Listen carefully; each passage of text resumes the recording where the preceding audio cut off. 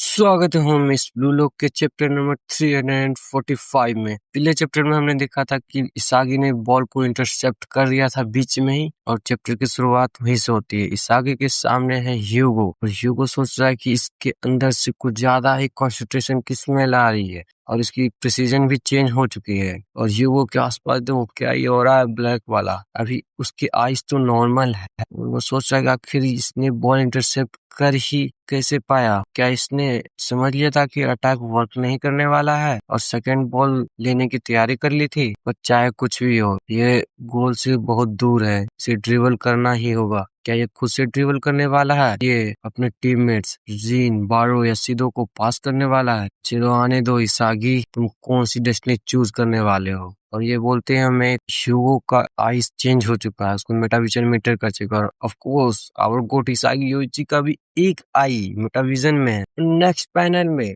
सबके फट चुके हैं क्योंकि इसागी ने पास कर दिया है। इवन करासु को जिसने वो पास किया उसकी भी फट गई कि आखिर इसने पास क्यों किया। और वो बोलता है कि come on fellow second best, अब हमारी बारी आ चुकी है। सारे बंदे जियो, आयाको, योरी सबकी फटी है क्योंकि उसे समझ नहीं आ रहा कि इसागी ने पास ही क्यों किया। और इसी के तरह क्या इसागी योची करासु के सिस्टम में ज्वाइन करने की कोशिश कर रहा है? और करासु बोलता है क्या डीमन किंग मेरे पास आया है? ये कितनी बढ़िया बात है, जब तक तुम ऐसा चाहो। करासु बोलता है चलो एक्स्ट्रा ऑर्डिनरी सेकंड बेस्ट, अब हमारी बारी आ चुकी है। और ये बोलते हुए 2-1 पास इसागी और करासु चार्ल्स को पीछे छोड़ देते हैं और ह्यूगो उसके जस्ट पीछे ही है। और सब जो फ्रांस के प्लेयर्स हैं उन सब की फटी पड़ी है क्योंकि आखिर ये सब हो क्या रहा है। ये लोग 1-2 पास में खेल रहे हैं, जिस पर फ्रांस का एक प्लेयर बोलता है कि हमें सेंटर की तरफ ध्यान देना चाहिए, वो लोग सेंटर की तरफ चार्ज करने वाले हैं। और हमें एक रीन का पैनल दिखाया जाता है। वो सोच रहा है कि इसागी ने मुझे छोड़ दिया क्योंकि वो समझ गया था कि मेरे साथ कुछ वर्क नहीं करने वाला है। इसी कारण इसागी ने करासु के साथ स्विच कर लिया। आखिर तुम ऐसा कैसे किया इसागी?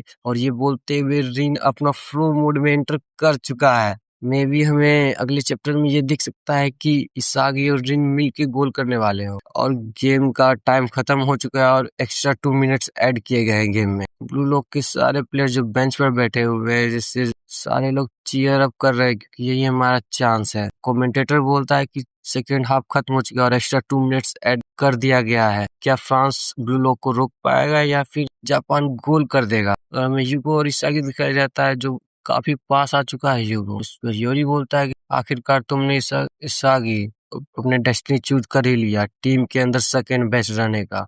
तुम्हें पता है कि आखिर मैंने ऐसा क्यों बोला था तुम्हें और जापानीज टीम को गाइड करने के लिए? क्योंकि मेरा ड्रीम है वर्ल्ड कप 4 टाइम्स जीतने का, इसलिए फ्रांस को बढ़िया टीम चाहिए प्रैक्टिस करने के लिए और स्ट्रॉन्ग राइवल्स भी। और ये वो मैच है, ये परफेक्ट सुटेबिलिटी का परफेक्ट मैच है। और बॉल करासु के पास जाती है, बॉल इसागी को पास कर देता है, फिर योरी के पास बॉल, वापस इसागी के पास बॉल। अब ओटोया के पास बॉल आ चुकी है, ओटोया ने वापस करासु को बॉल पास कर, ओटोया ने वापस इसागी के पास। और ये बोलते हुए 2-3 प्लेयर्स को पास भी कर चुके हैं ये लोग। और ये देखकर चार्ल्स बोलता है कि ब्लू लॉक एक अदर डायमेंशन में पहुंचने वाली है, ये कुछ ज्यादा ही एक्स्ट्रा ऑर्डिनरी है।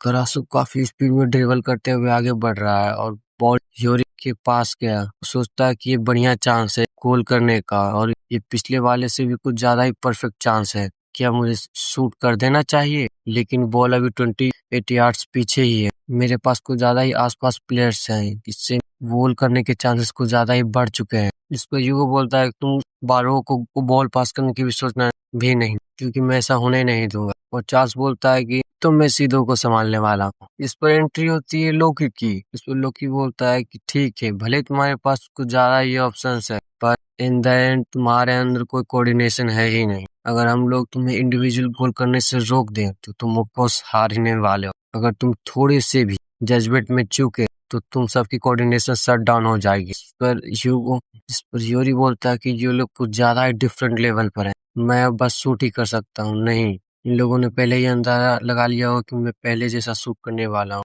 और मेरे सामने विजन भी काफी ज्यादा नैरो है।